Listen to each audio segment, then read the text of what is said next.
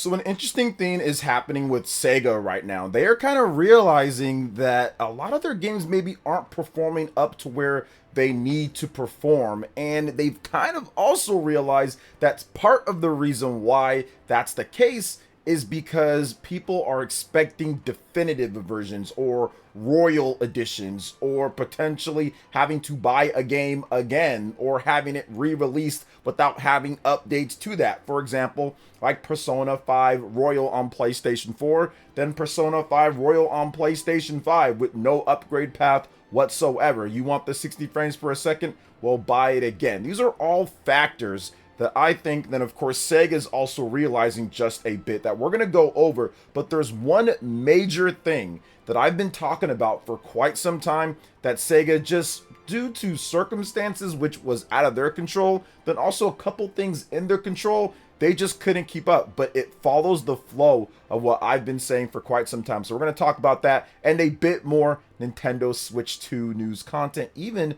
when it comes to Call of Duty for the Nintendo Switch 2. That's a big one as well. But let's get into what Sega had to say here recently to some investors, talking about the sales performance dipping a bit from their big major titles. So shout outs to Automation, and they talked about how Sega is aware of past definitive versions releases could be deterring players from buying games at launch. So Sega Sammy Holdings recently published a summary of shareholders Q&A session that took place during the company's second quarter financial briefing for the fiscal year ending March 2026. As reported by GameBiz, the Q&A session covered a range of topics including a sudden drop in sales of catalog titles, games released during the past fiscal years compared to the previous year, and the revenue fluctuations largely impacted by some of Sega's new full-priced free-to-play titles. Namely, it was brought up that Sega has released a bunch of critically acclaimed titles in the past couple of years, but despite the positive reception and high praise for their quality sales, performance fell short of expectations. Addressing the issue, Sega explained that some of the possible causes could be the presence of rival titles in the same genre, as well as the game's initial pricing. The company also pointed out that players expecting definitive editions of games to be released in the future could be what's making them hesitant to buy the titles at launch. While we haven't been able to pinpoint precise cause of the lower than expected sales performance, we believe the problem also lies in our marketing, which wasn't able to sufficiently convey the appeal of our games to users, said Sega spokespersons, reassuring investors that they are currently analyzing the problem. While the underperforming titles in question weren't specified, players in Japan theorized the definitive edition problem could likely be linked to games developed by Atlus. As one of the more recent examples, Shin Megami Tensei 5 was released in late 2021, and an updated version, Shin Megami Tensei 5 Vengeance, launched in mid-2024,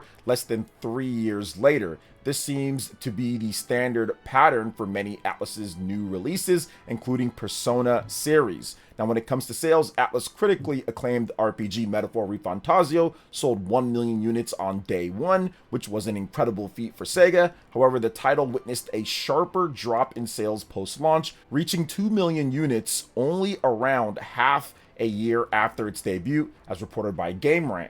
Of course, there are various different factors contributing to how sales fluctuate, but it does seem like some players are waiting for a definitive edition of the game to drop in a couple years, hence the hesitation to buy the base game. So this is definitely something that's a problem for Atlus, and people have talked about openly on Twitter and on different forums that Atlus, they make hardcore games for core gamers. We're talking about Persona 5, we're talking about Metaphor ReFantazio, Shin Megami Tensei. If core gamers know that there's going to be something a couple years later or a few years later and they're going to have to rebuy it, or there's not going to be any type of DLC or upgrade pack to get the game, then they're just going to wait. I think there's a lot of people that are saying, well, why should I buy the game now? And then in 2 years later or 3 years later, it's going to come up with a bunch of extra content, and I'm not going to have any way to access that content if I really love the game without rebuying the game. So I think that a couple different things that Sega can do to help fix this problem is that if you're going to do a definitive edition or something, make an upgrade path. That's an easy fix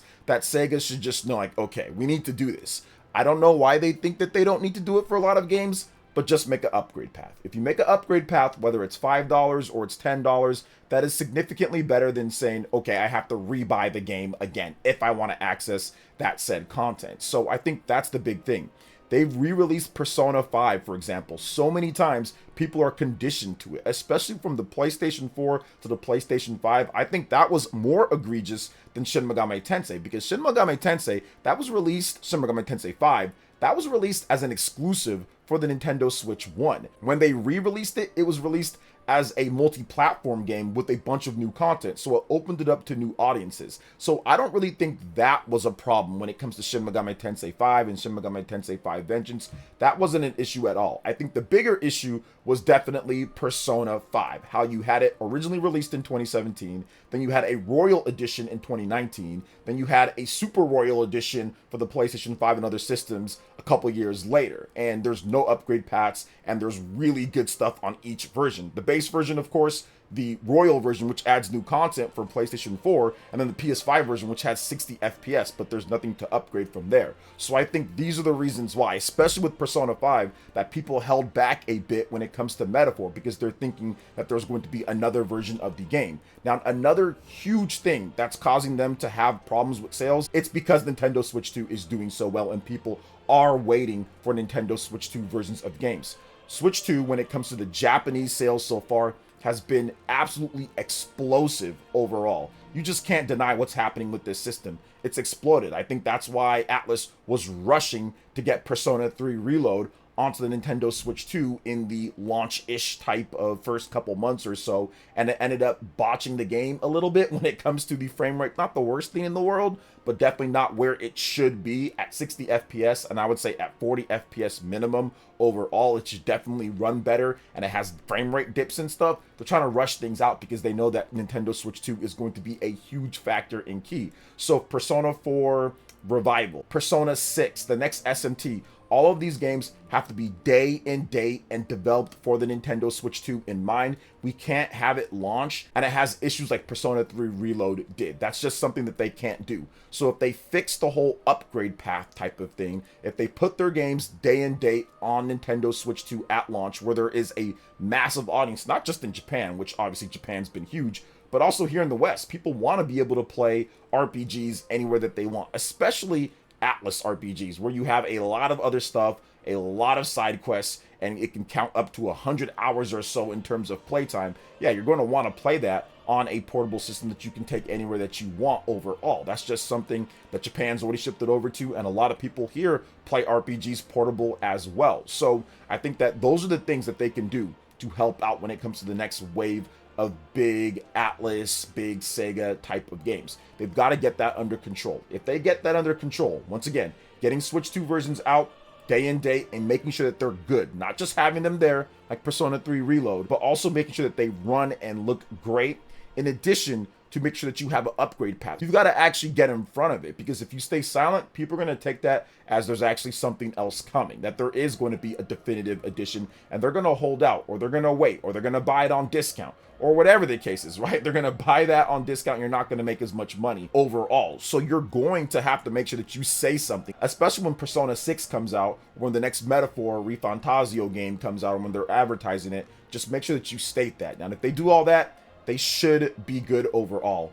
I love Atlus games, Persona 5 Royal, Metaphor Refantazio, Shin Megami Tensei 5, the Vengeance version, all of that. They're all such great RPGs, but there's definitely work to be done, and I think that Atlus will take the time and make sure that they do that. And they did also talk about pricing, which was interesting. Metaphor Refantazio was $70. I think that was their first, big RPG. That was $70, because Persona 5 Royal, that was $60 overall.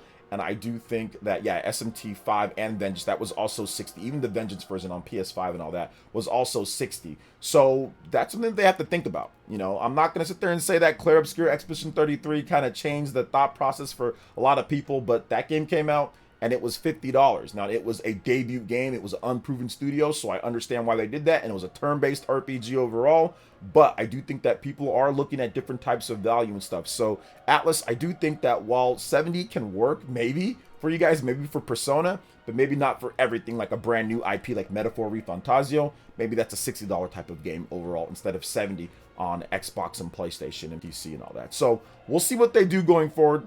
We'll see what happens in the future with Atlas. I'm confident that they will make the necessary adjustments when it comes to upgrade paths, when it comes to getting things on Switch 2. We've already heard about more rumors and more information that's coming with certain RPGs, so we should get some good stuff from them going forward. So Sega, free advice right there. Atlas, free advice in terms of how to fix those different things, but they're looking into it. So what do you guys think when it comes to what's happening here with Atlas and their RPGs? You think they're going to fix it, or are they going to mess it up? Let me know in the comment section below. Before we get to the next topic, please make sure you hit that like button, subscribe if you're someone new, and click that notification bell to get my videos as soon as they drop. All right, let's go ahead and jump into the next thing here, and we're going to be talking about Nintendo discussing what the amiibo does for Metroid Prime 4 Beyond. Check out what these amiibo do overall, because I think that it's interesting. It's nothing too egregious, and it's not crazy like we saw with Metroid Samus Returns, where you had a hyper mode locked behind an amiibo on the Nintendo 3DS, which was absolutely crazy. I have the amiibo though. I haven't opened it, but I have it.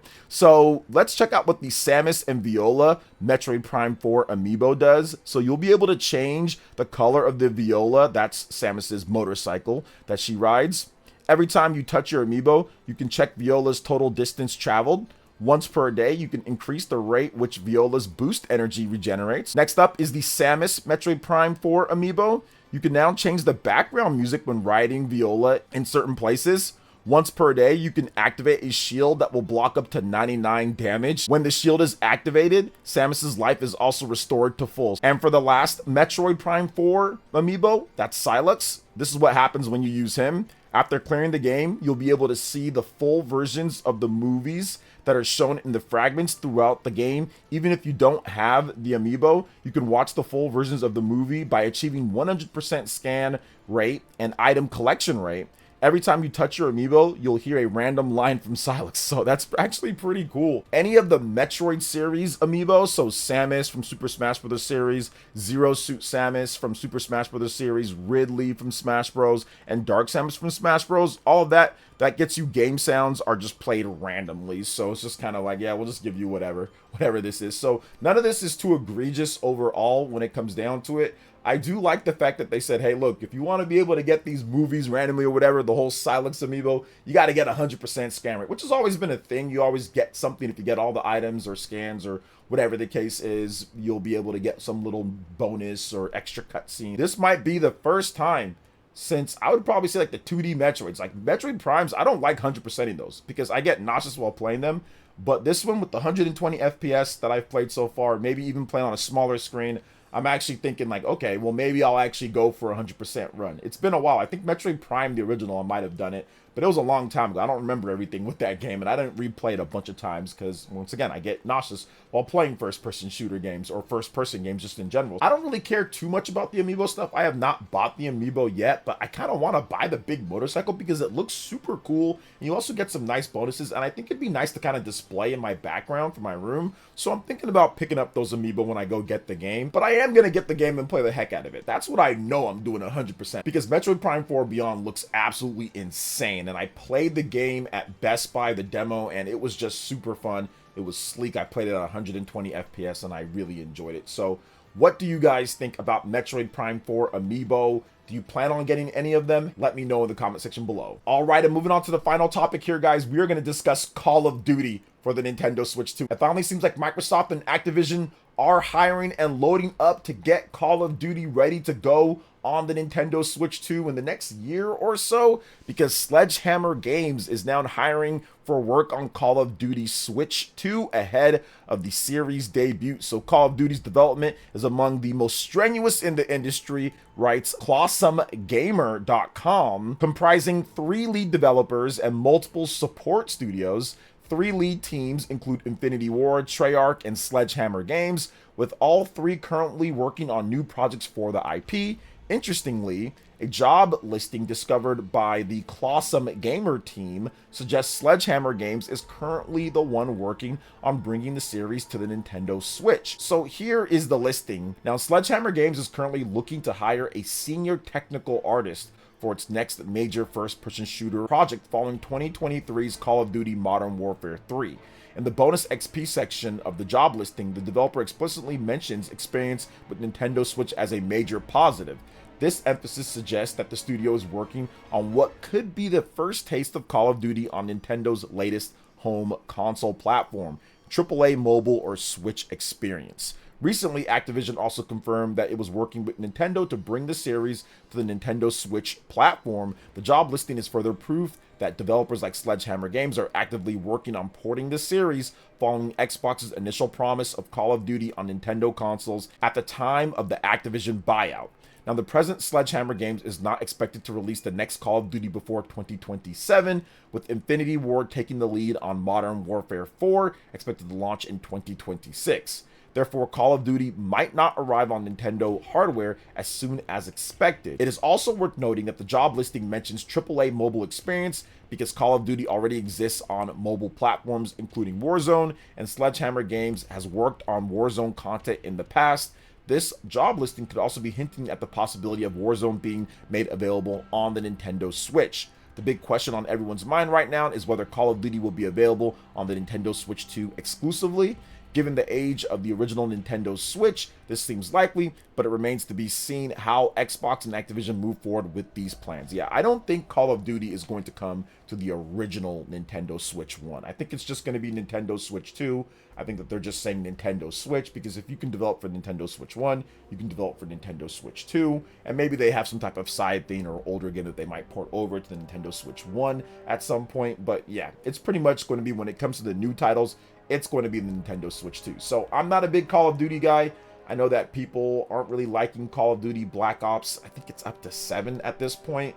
And yeah, I fell off a long time ago. The last Call of Duty game that I bought was Call of Duty Black Ops 2, and that was on the Wii U for, I think, around $7 to $9 at Best Buy a year or two after it launched. So yeah, I don't really care too much. But yeah, it'd be good to get Call of Duty. What do you guys think about everything that we talked about here? Let me know in the comment section below. All right, guys, that wraps it up for this video here. Thank you so much for watching. I do appreciate it. Please make sure you hit that like button, subscribe if you're someone new, and check out my other Nintendo Switch 2 and RPG content, especially ones talking about Sega, Atlas, and other RPGs in the best of lists.